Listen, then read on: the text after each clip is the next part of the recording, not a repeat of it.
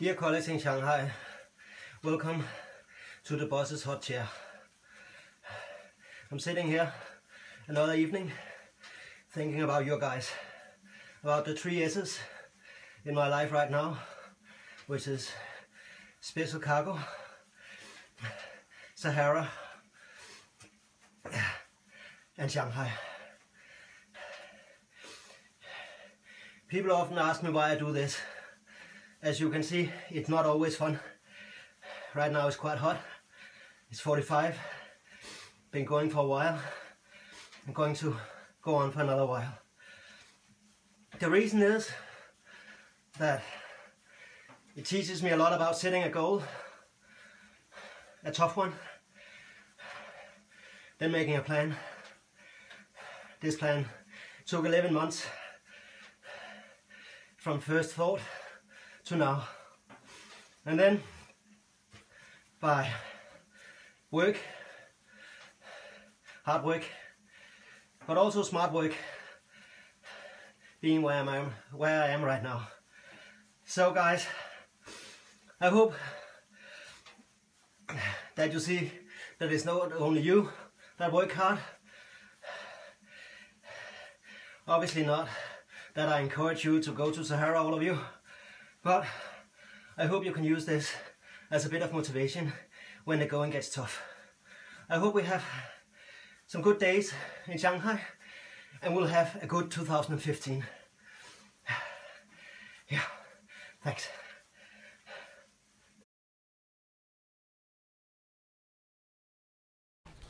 Godmorgen.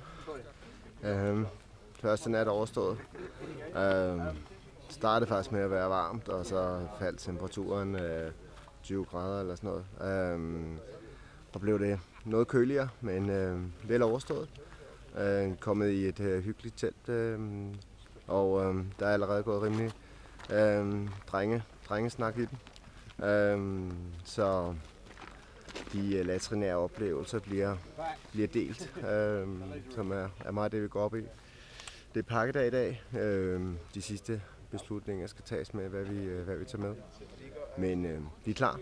Der er en lang tur herud. 6 timer vi går herude, da først det var mørkt, så vi kunne ikke finde noget som helst. Men vi er klar. Vi går i gang med at pakke. Vi vil gerne afsted nu. Men som I kan se, lejren. Og ellers er der ikke så mange mennesker.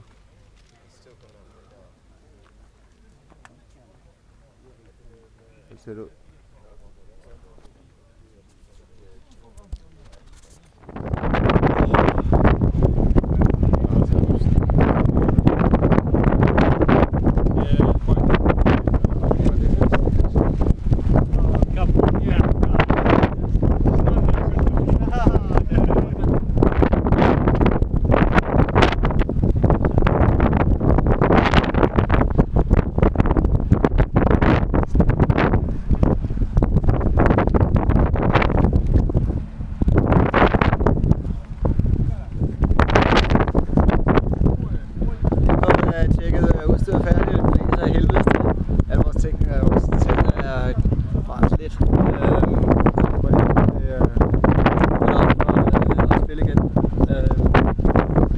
Til at komme ud og løbe. Første morgen, første løb. Vi er klar. Vi har ventet med spænding. Det har været en rimelig god nat. Vores dromedar-venner har taget teltene ned, og vi glæder os til at komme i gang. Fik lidt spas med mine fingre for at stukke ned i en skalpel, men er kørende nu. Så jeg håber, det kommer til at gå godt.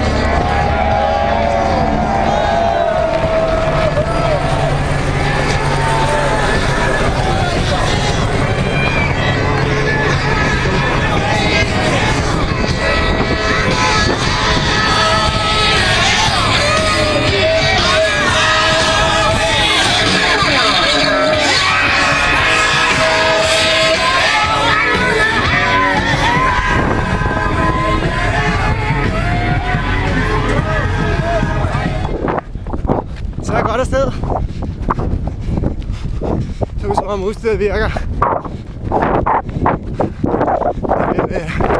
Så vi starter her omkring 40. Så er det det lufter lidt, som du kan høre. Så det var ned i sporet og ud af.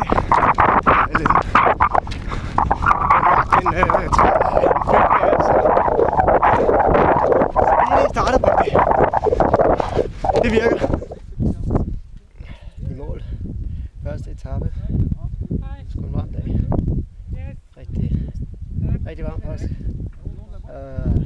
Men kom ind måske i top 100, så super glad. Jeg kigger til mine fødder nu. Den glæde senere. Men første mand i teltet er lige et par andre. 5 gange Hawaii kom ind for rundt 4. Er nu på 4:35 og sådan noget. Så det er dejligt at ligge ned. Dejligt at lufte lidt. Man ser mig lejren ud. Der er ikke så meget her endnu.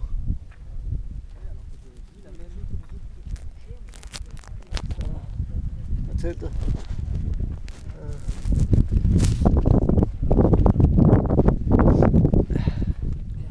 Godmorgen. Det har været en helvedes nat. Jeg blæste af pommeren til og teltet fra sammen, og det var skide koldt for at sige som det var. Jeg har ikke fået at sove så meget. Men vi er på igen. De siger, at det er i dag med de store stigninger, så frygter lidt for bimserne. Men ja, jeg får nok sovet nat. Dag 2, første bakke. Ja, er ved at blive varm. Den er rimelig stejl, og vi måske kan fornemme fantastisk udsigt. Jeg har haft et rimelig godt løb over sletten. Min transponder irriterer mig helt vildt på skulderen. Og min lille tog er fucked. Men lad os se, hvordan det går. Ja. Det var ikke så lang i dag, men stejl. Så vi ses. Og den er varm nu. Den er rigtig varm. Jeg er midt dag 2. Nu skal vi op ad den her fucker. Og sand op på toppen. Ja. Men næsen i sporet. Nu er jeg når benene. Og jeg er så stigende indtil nu. Og var steg. Sand og rulle ind. Kom on næsten. Jeg ved ikke om man kan hente det. Men vi holder derovre. Jeg går det tæerne. Jeg går det skuldrene. Tror jeg på den smerteniveau 2. Men det skal nok gå. Jeg tror der er en time til næste checkpoint. Det er dejligt at få noget vand. Checkpoint 2, dag 2. Lige været på tværs af et varmt stykke. Jeg kan se baggrunden. Skal over den der bandit. Den kommer til at trække lidt tænder ud. Lidt krise. Jeg ved ikke om. Den var lang. Og den var varm. Slut 2. Jeg sidder over i lægeteltet. Mine fødder er fucked. Jeg har sparket ind i en masse sten. Jeg får se, hvordan de ser ud med gators på. Jeg frygter lidt mere, hvordan de ser ud uden gators. Igen, det gik godt til 2. Checkpoint 2. Så jeg fik sten her. Og varmen og bare det hele. Så håber de kan gøre noget med den. Jeg har ikke lyst til at se kommentarer lige nu. Men jeg tager lige... Kom. Ja.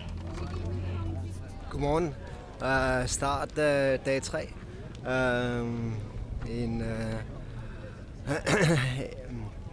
en hård dag på kontoret i går. Mine fødder blev fucked af de der bjerge, I kan se i baggrunden, som vi skulle over på den ene side, og specielt nedad på den anden side. Så brugte det meste af tiden på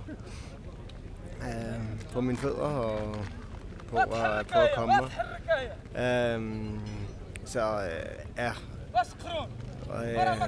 Der var ikke nogen fornøjelse at få fødderne ned i løbsskoene her til morgen. Men det er tredje dagen. Vi må få på næsen i sporet. Det virker lidt skræmmende i dag, fordi det er svært at gå. Så at tage de der 6:37, det bliver en udfordring. Men nu må vi se, hvordan det går. Jeg er ikke den eneste, der lider. De to i teltet kom ind en time før tidsgrænsen, efter 9 timer i sporet, med store blodige vabler under. Ja, så alle lider lidt her, men vi starten på dag 4 over første stigning. Det gør hele vejen. Det er min tær, mit skridt, mine fødder er fuldstændig smadret, men må på næsen i sporet. Så nu skal vi ned ad den her, og så ser jeg ud. Et lille stykke. Jeg kommer op på toppen. Ja, den stejleste. Jeg ved ikke, om man kan fornemme baggrunden, hvor stejlt det har været på vejen op her. Men nu er jeg på toppen. Det føles som om, der sidder en lille dværg omkring mine ben og banker min hammer på mine fødder. Der på min læg. Der på min lår. Jeg er nu på toppen. Så er det nedad her. 20% i snit. Ja. Jeg ved ikke, om det er det stejl. Det går ned der. Skal vi nedad? Men ned der ræb der med rygsæk på. Kommer til at gå ondt. Men vi må prøve det.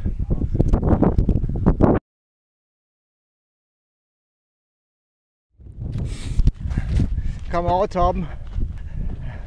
Kommer ned i et eller andet udtørt fodleje. Jeg var lige så glad. Første gang jeg tissede på turen. På 4. dagen her, ellers har jeg været i underskud hele tiden.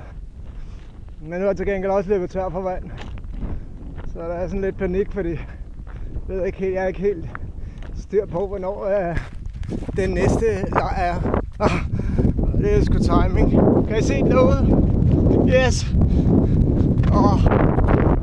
Det er timet. Dejligt.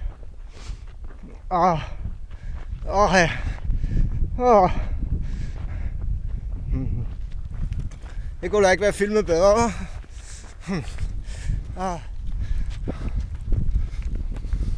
Mellem 3 og 4. Jeg lufter lidt nu, det er dejligt. Det har været en varm tur.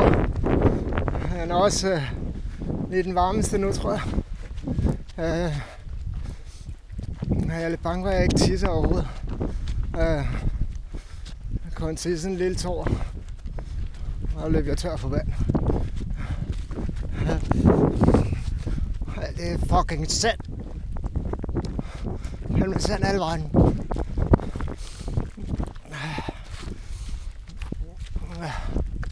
Men der er nok en time til næste checkpoint. Det lykkedes mig at få lidt mad indenbords. Sådan lidt noget af en morgenmad. Sidste checkpoint, det tror jeg var godt. Men nu skal jeg skide. Jeg vil vise jer, hvordan det ser ud her. Lad os se.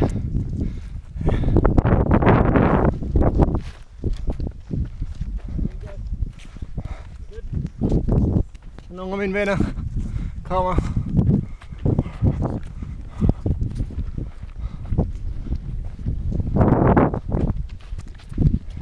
Den forreste løber er lige kommet forbi her.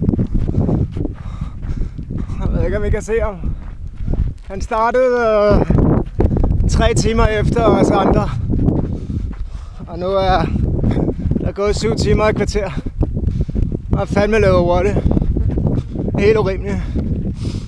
Jeg hørte også, at han har verdensrekorden på maraton på 2:06. Eller 2:06 et eller andet. Så ser det ud, som om vi faktisk er på vej ud af sandet. Jeg ser det.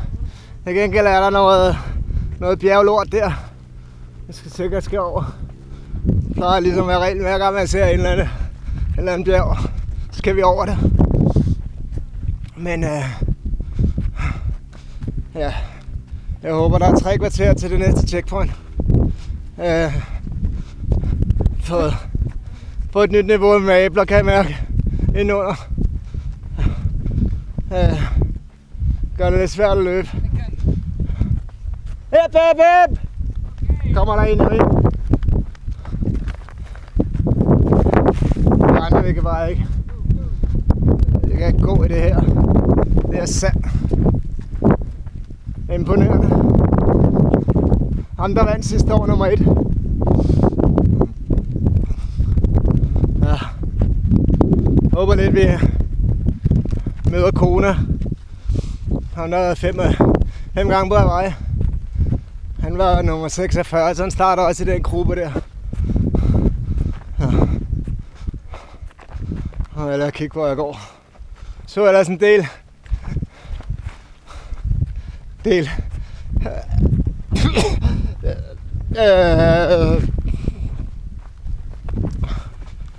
edderkopper før. Og ligesom sådan en bo.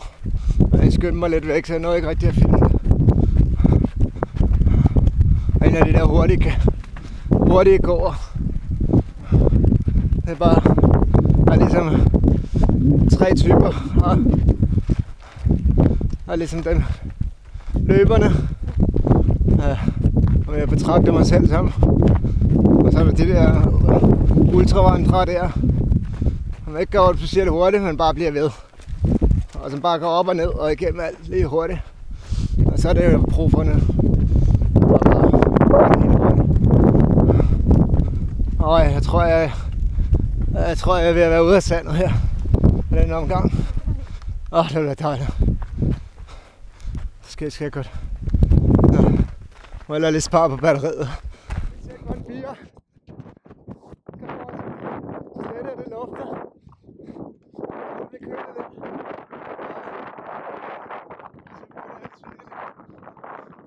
Det er så træt af danse.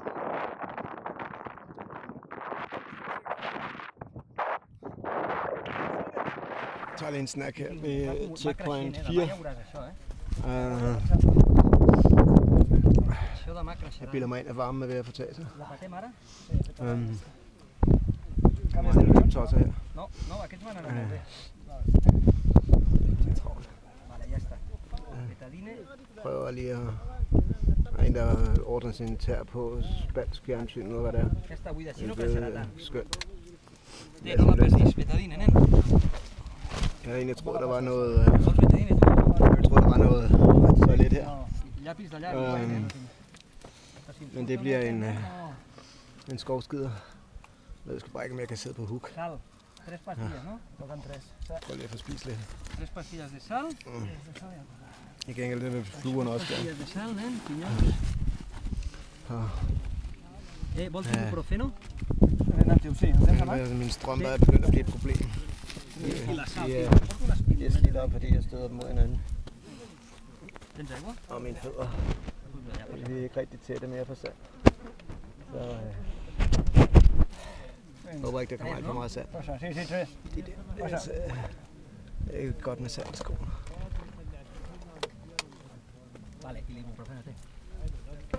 Må lige få drukket med mere.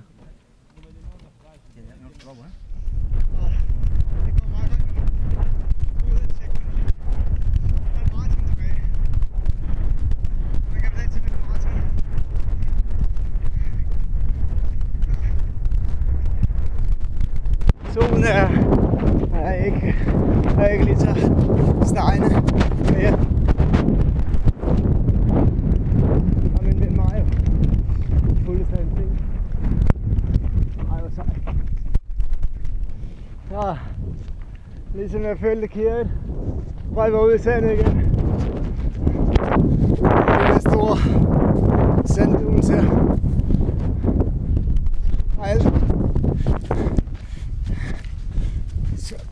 igen. Jeg kan se, at han har en tatovering, hvor der står Martin de Sable på. Og dyrene er begyndt at komme frem.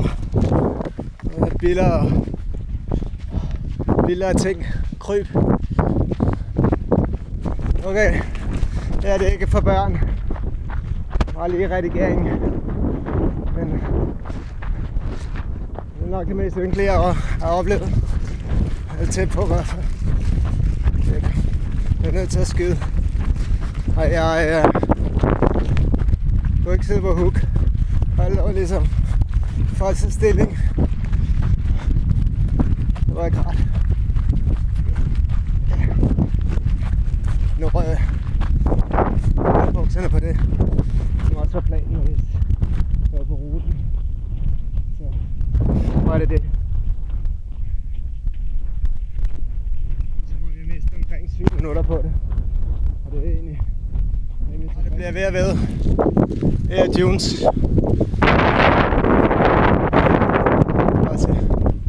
Og sådan det sidste lang tid.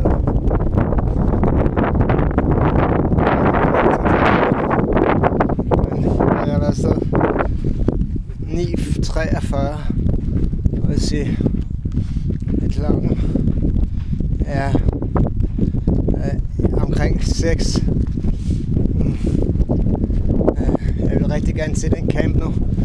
Og jeg kunne komme ind og få gjort mig natte klar. Altså, snart 10 timer på benene. Begynder at skulle kunne mærkes.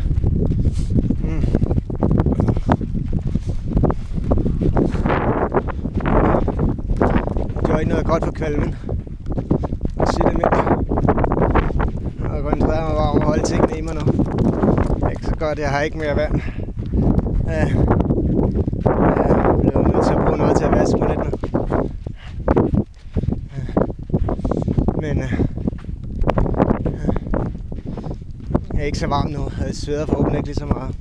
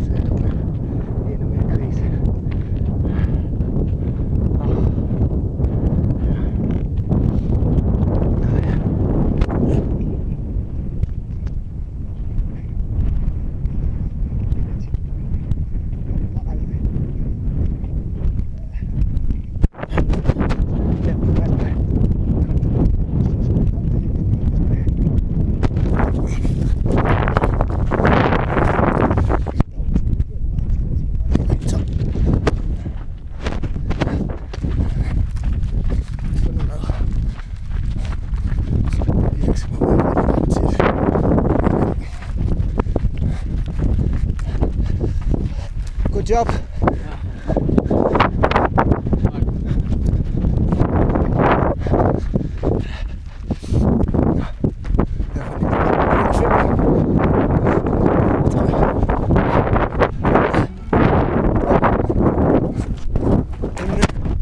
Det ser fladt ud bagefter.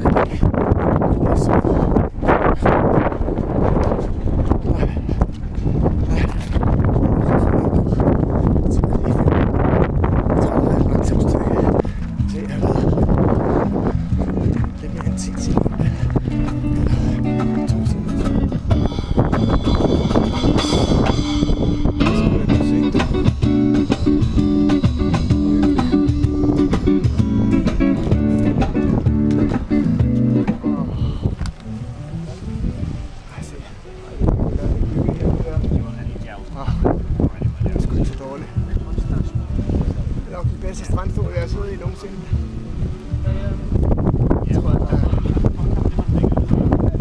Er der 30 tilbage? 2 stop. 30. Og folk er i gang med deres fødder. Skifter bomber. Så vi har vores glødelampe på.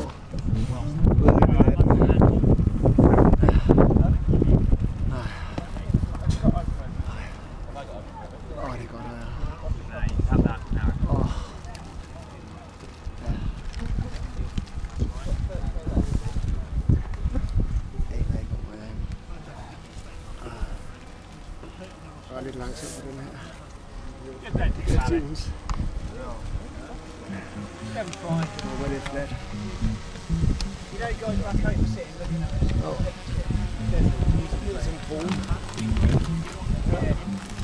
er noget for dig, Oscar. Jeg bruger den til lidt også.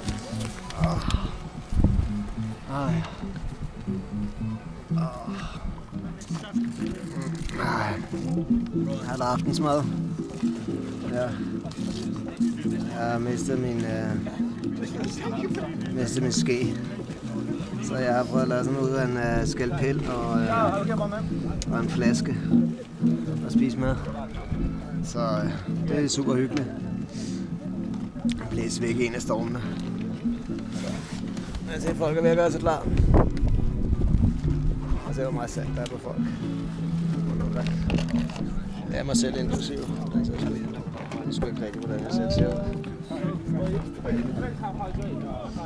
Mindste problem lige nu. 2 checkpoints.